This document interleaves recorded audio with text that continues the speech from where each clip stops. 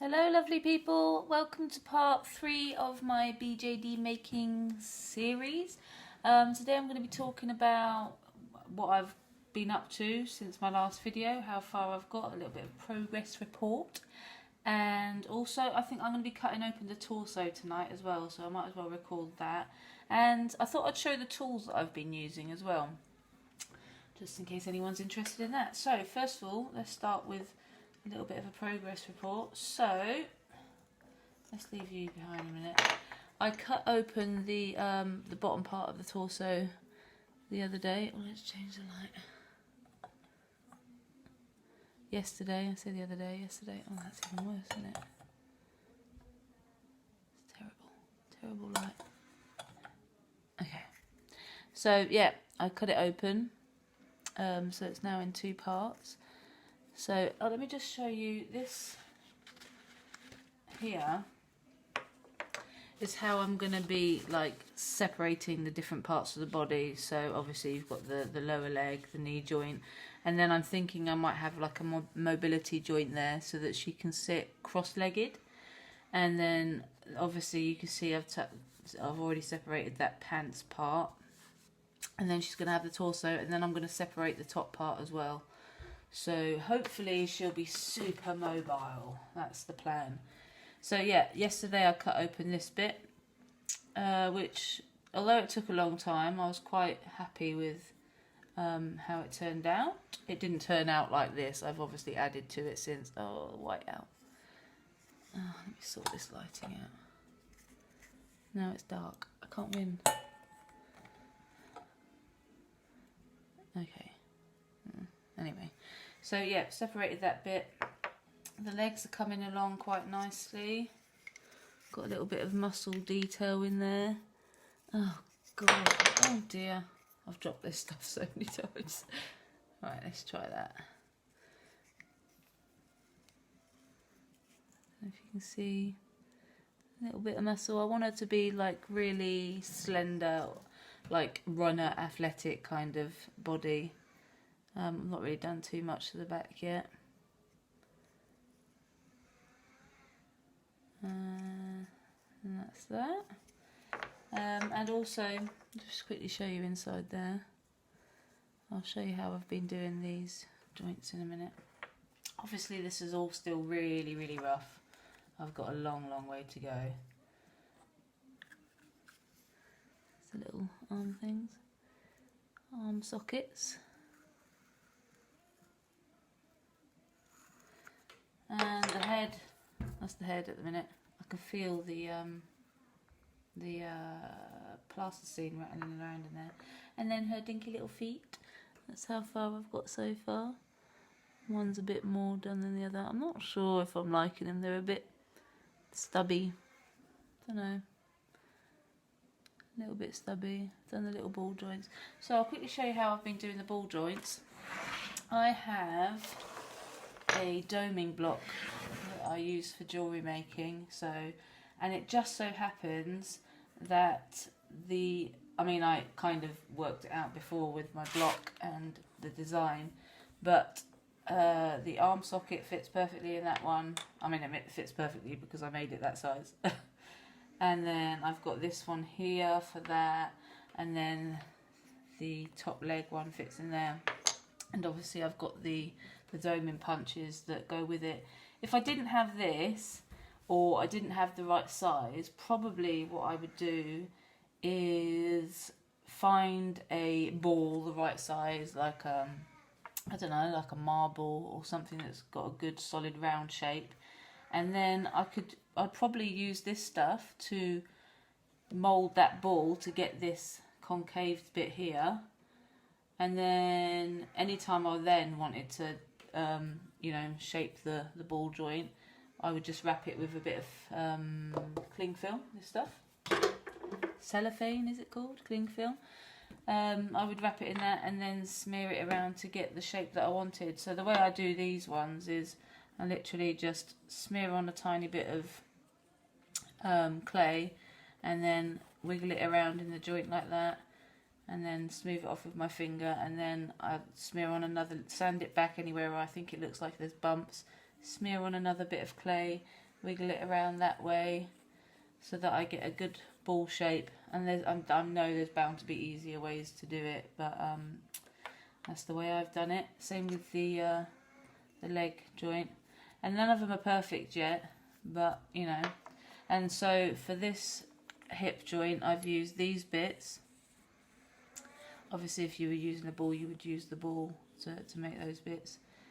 And probably when I'm ready to do the final socket shaping part, I'll probably get this bit perfect how I want it, like as near to perfect as possible, wrap it with cellophane and do the joint that way rather than using this, because that's bound to be more precise. So I'll do that last. And same for all the other ball joints as well, I'll do the same with that. So let's talk about some more tools. These are my, let's move you, lamp. These are the tools that I've been using. So mainly the main ones, I would say, obviously file, I use that quite a bit.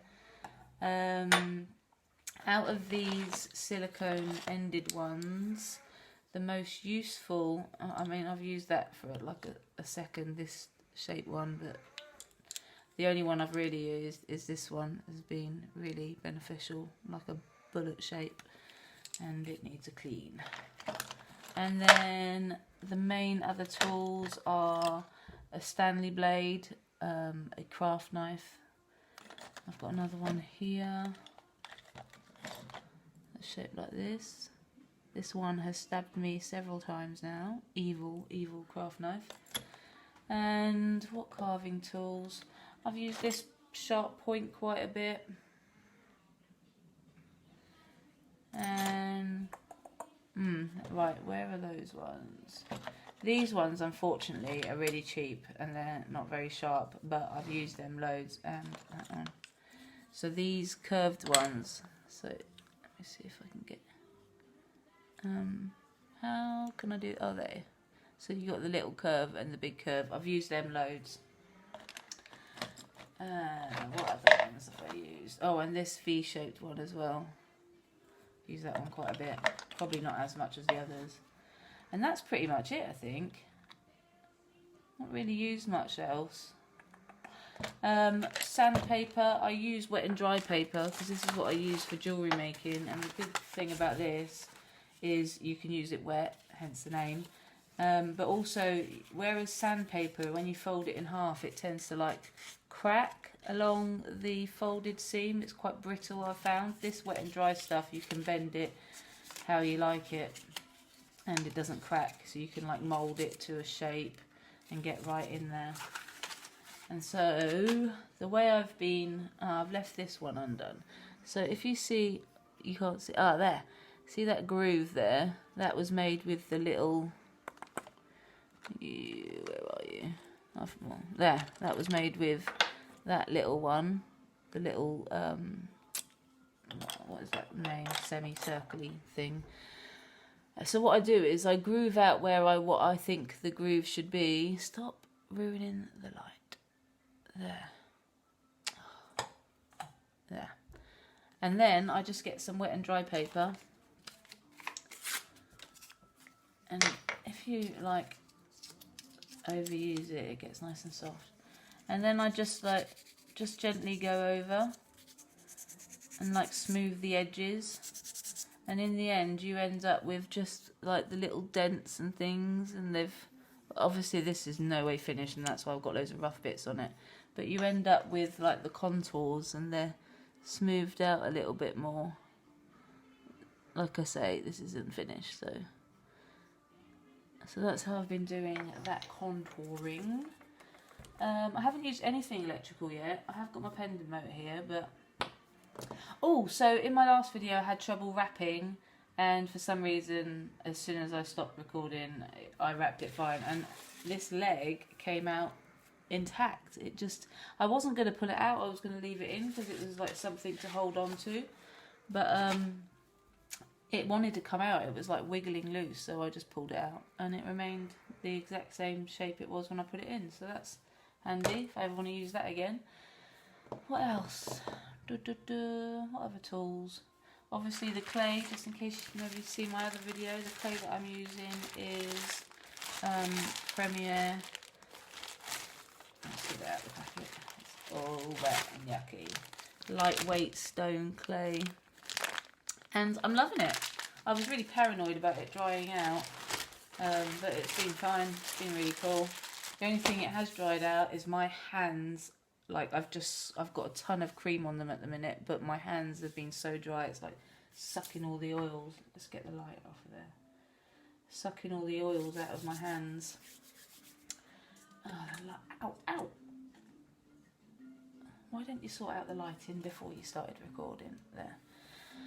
I think that's it for tools. Water, spray bottle, just to keep everything moist. And also these dome-in blocks are quite handy because I like squirt a little bit of water in there and then I use that on these 2 fingers when I'm trying to smear stuff on.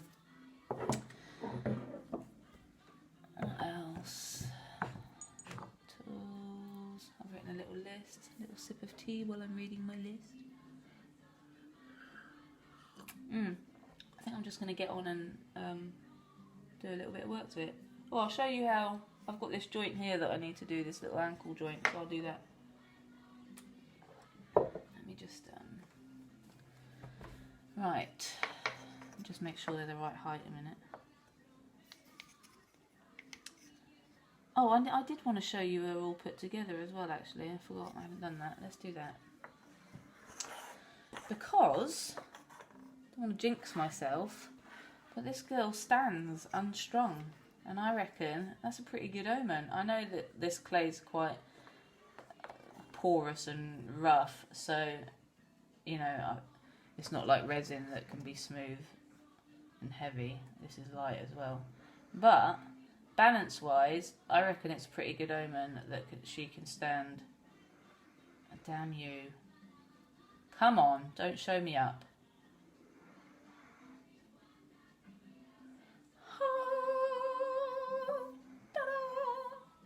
That's not bad, hey? Tempting fate now. Oh, one thing that I wanted to show you as well that I changed.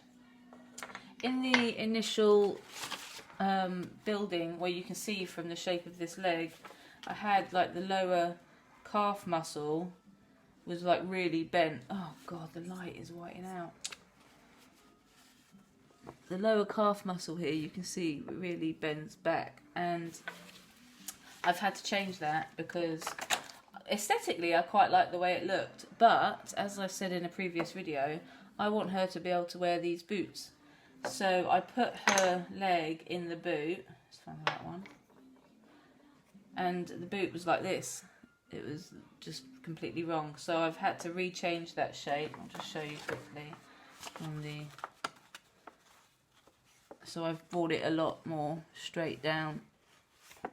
Can you see, or is it completely whited out?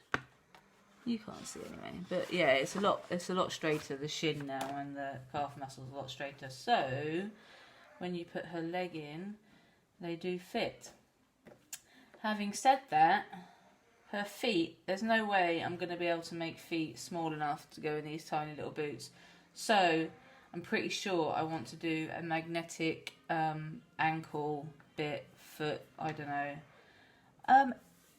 Do other companies make magnetic feet and joints? Because I only know of Fairyland because I'm such a noob. And if that is the case, that it's only Fairyland, does that mean like I can't do it myself? Is it like patented? Is that the right word?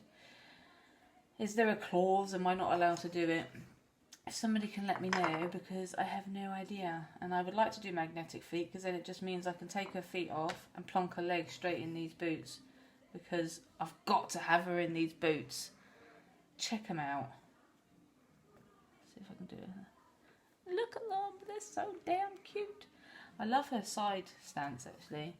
I did notice when I put her together earlier in these boots that her torso, when it's sat where it should be, which is, I think, there, her torso seems to lean back quite a bit. Can you see? I'm trying to... It leans back. Her bum, by the way, is huge at the minute. I haven't done anything to it. But her torso kind of leans back quite a lot. So I don't know whether to adjust it from here and have her stood up straight like this. Can't really make it out from the angle that you're at, I'm afraid, but or to keep that bottom torso bit the way it is and have it and adjust it here at the top where I'm just about to cut it open. So I don't know whether to do it that way around or that way around. I think I'm probably going to do it at the top because I'm quite happy with this bit so far. Under this light, she looks twisted as well.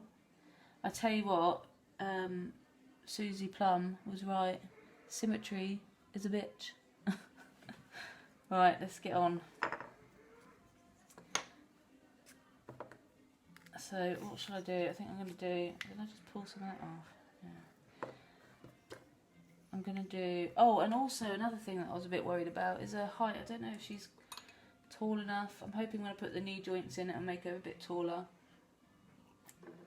Because when you compare her to some of her 1/6 scale props, like you can see her legs quite short. I don't know. We'll figure it out. Right, so let's just quickly do the ankle joint. Just make sure it's the right height. Sand a bit off there. I'm not wearing a mask. Probably should, but I'm not. Okay, so the way I'll be doing the ankle or any of the joints actually is, give me a blade. Just been cutting out this bit inside here. At more than what I think the angle should be. So that it's like quite open. Like so. Then, use some clay. Give it a little squirt with some water. My hands are like, no, no more clay, please. Yeah, sorry I haven't been recording the process from the last bit to this bit, but it's just a pain, isn't it? It's easier to not record it. So let me just remember what size it is. Yeah, that one. Right there. I need to cut a little bit more out a minute.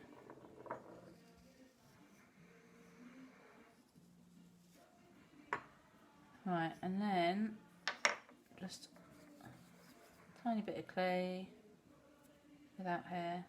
Oh, that's nice. Oh, go away. Right, little dab of water, and then I just put like a little bit of clay in. Take the ball, smear the ball in some water, and then push it in, and normally it stays in there. And that's it. I don't worry about it getting in that little hole because I can pick that out afterwards. Because this clay to me, it's like carving. I don't know if anyone has before, but again, jewellery. It's like carving cuttlefish, so it's really quite soft and easy to work with. Let's try again. Put some more in.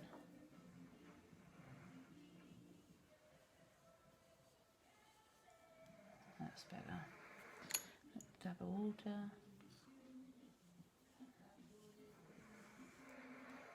And that's it. And then I'll put that in the oven on just under 100 I've been putting it in at, and dries out quite nicely. That's another tip, thanks to Plum. Thank you. Oh, sorry camera. Right, what else? So that's that done. This one, oh no, I thought I'd done this one, but I haven't. Or have I? I put some plasticine in there earlier. Silly girl, get it out.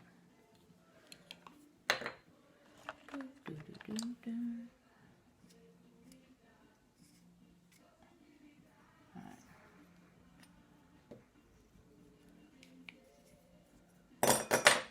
Oh dear, almost got me foot. my doll foot anyway.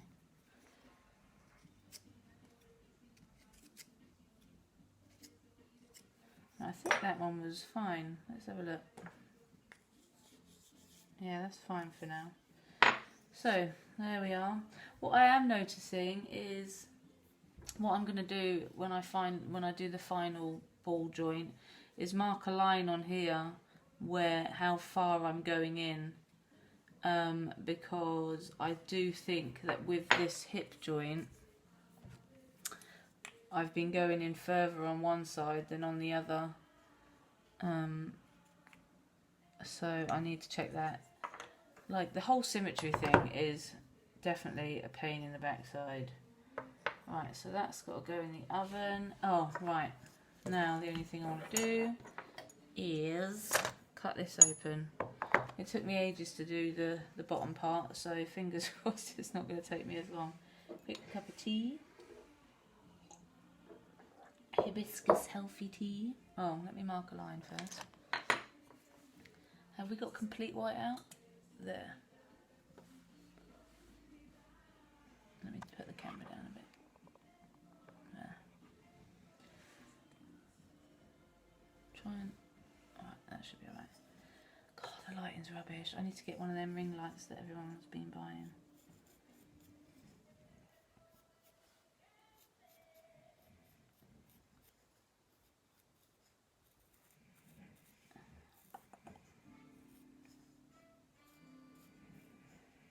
So that is where I'm going to be cutting it.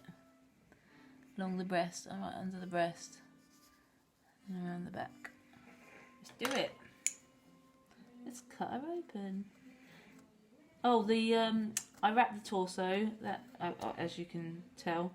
That wrapped quite nicely actually. And then pulling it out was super easy. It like almost came out in one bit. So I'm definitely a fan of using the plasticine to do the armature. With the other piece I cut out, I kind of cut it at the angle that I knew I wanted it to go, so I cut at like that angle on the bottom piece. I'm not showing you, am I? I'm just talking to myself. Cut around that way, but with this one I'm just going to cut straight across, because honestly it didn't really make much difference. I'm going to add clay to it afterwards anyway. So I like kind of just go all the way around. Like I say, it does take ages. And I could use my pendant motor or a Dremel, but I don't mind doing it like this. I feel like it's more precise and I'm not losing so much, because you know the pendant motor bit that you use has got a certain thickness to it and it's thicker than a blade anyway. And I've got much more control like this. I think I stabbed myself last night when I did it like this though.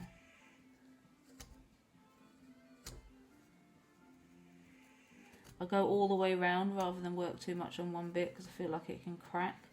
So I try and get it the same all the way around. I'm no way near through, by the way. So if anyone wants to go now, that's fine.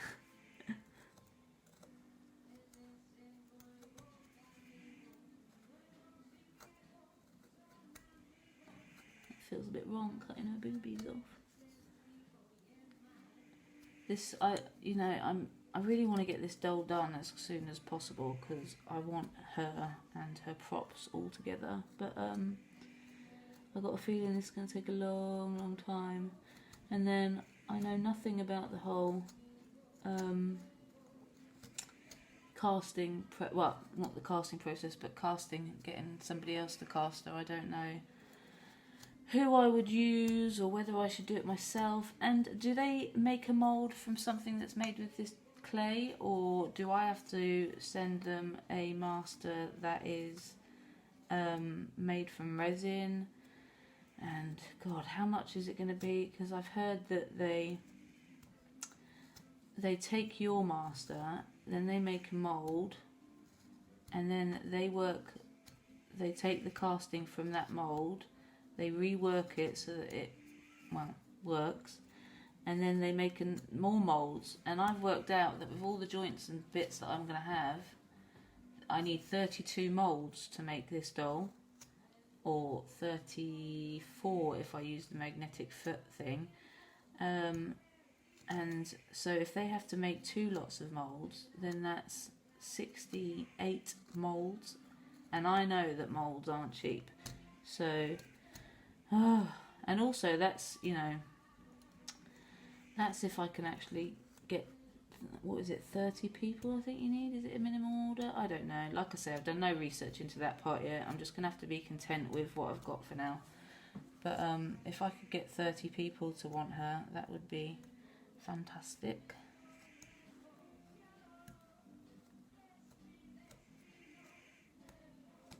I feel like I'm getting through. Are we getting somewhere? It's quite nice having her cut open because you can see what's going on inside with regards to making the ball joints more. Like, I was kind of working blind when the torso was joined onto this and I was doing these bits here. But now that it's open, I can see what's going on. It's quite nice doing these nattery makey videos. I always feel quite rushed normally when I'm making videos.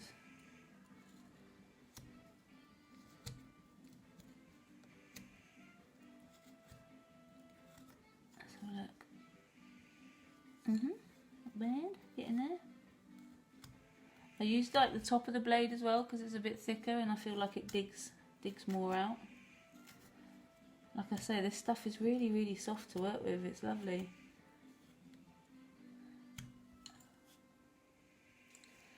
I have thought about maybe casting her myself, which would involve me getting a vacuum chamber, which isn't a bad thing because I've kind of always wanted one, because I could do with that with making jewellery as well. But I have done some resin casting when I was at uni, and I did some silver and resin jewellery, like combined, and resin casting was not easy. And that was with like a really cool vacuum chamber, like a really big one where you could see, it had a big thick plastic top so you could see inside what was going on. And yeah, it was hit and miss, you know. And so because of the cost of resin, I just don't know if it would be cost effective. I would personally love to be able to cast my own because I think I'm a bit of a, I don't know if I'm a perfectionist, but I don't know if I like outsourcing work. Like, I think it was Sarah Swans that was saying about, I can't remember, did she use Miro doll to cast her head? Can't remember. But she was saying that they will even like cast it, tidy it up, send it straight to the customer, and I thought, oh god, I couldn't do that. I'd have to like see it before it got sent to the customer, definitely, at least, you know, if not finish it off myself. So I don't know if that's not perfectionist, is it? Well, maybe it is a little bit. I kind of a perfectionist about some things, but not everything. So yeah, if anyone's watching this that knows about casting dollies, and please let me know. I'm way off yet, but it'd be nice to know in advance. Okay, we're getting there.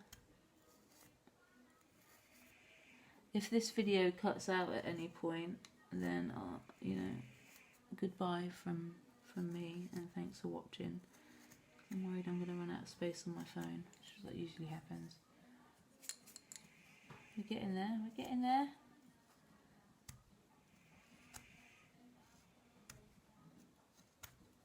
By the way, I'm using this blunt side up, so I'm not going to go up and stab myself if anyone's watching this cringing.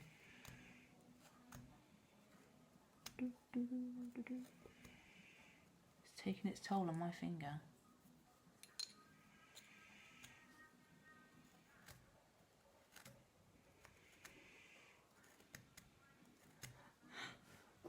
There's somebody's watching this thinking, oh my god, you could do that so much easier. I could use this piercing saw probably to get through, but I don't know.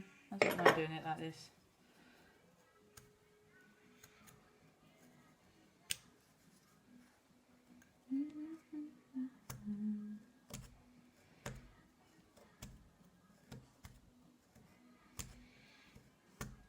Come on, that is thick there.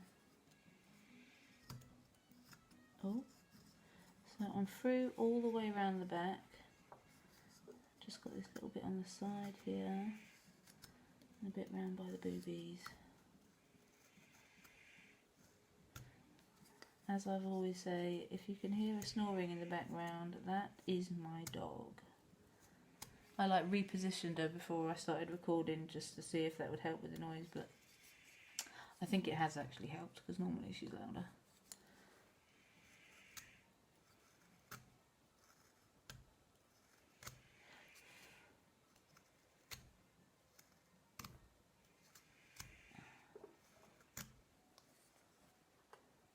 Come on, come on, come on, come on. Right, it's just this front bit now. There's my head in shot. Hello, I've got a great big spot on my nose. Can you see?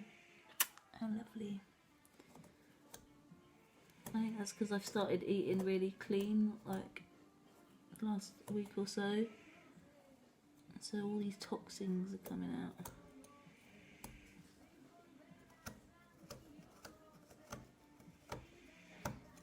Oh wow, that breast bit is really thick.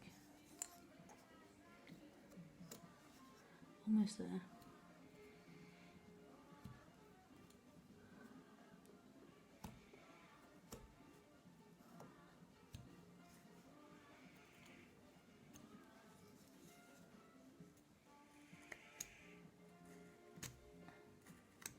I can see the light at the end of the tunnel.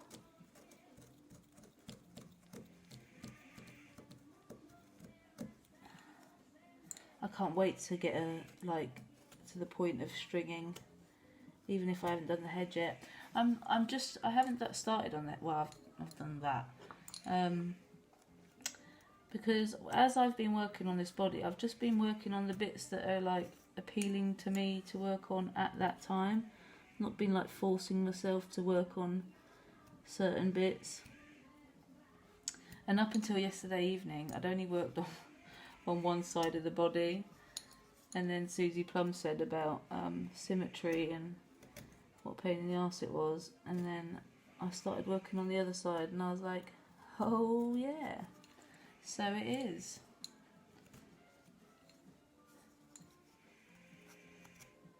But that's why I don't mind this taking forever to make, because I want it to be, I mean, it doesn't need to be perfectly symmetrical, but I want it to not look like super unsymmetrical.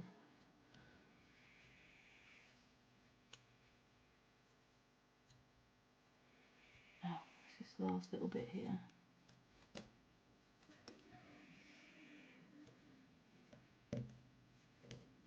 Oh, I can feel her coming. Oh, that sounds wrong. Excuse me.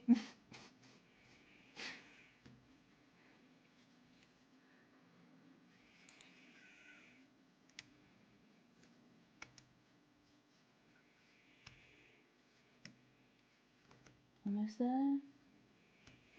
Said that a while ago, didn't I?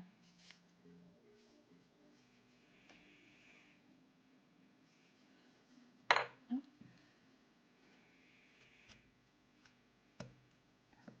Ah! Yay! Have a look inside. God, I need a decent light. So, oh, it's great to be able to see inside. There she is. So yeah, I'm pretty sure now that I've cut her open that in order to sort out the slouching back thing, I can definitely work on changing it from the top. Wicked. How far are we in? 34 minutes. Alright, I'm going to cut it off here. But what I'm going to do next, I'm just going to let you know, is just cut out this bit here and then add some more bulk to the top of the bottom part of the torso. Really rubbish lighting. And yeah, get that joint all together. And then I'm going to get on and start sculpting her six-pack. And I really want to sculpt those bits there, you know, those...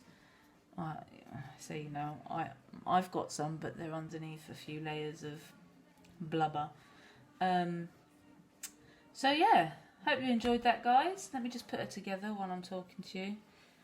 while I'm saying goodbye.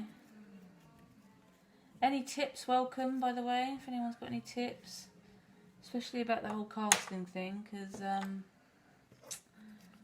just don't know. I don't want. I'm quite happy to spray her and have it like in a skin colour, but I'm just a bit worried about breaking her, like, because obviously she's going to be my master. Although I have to say I've dropped her quite a few times and she's quite tough. Oh! Wicked. Thanks for watching, guys. See you all soon. Bye.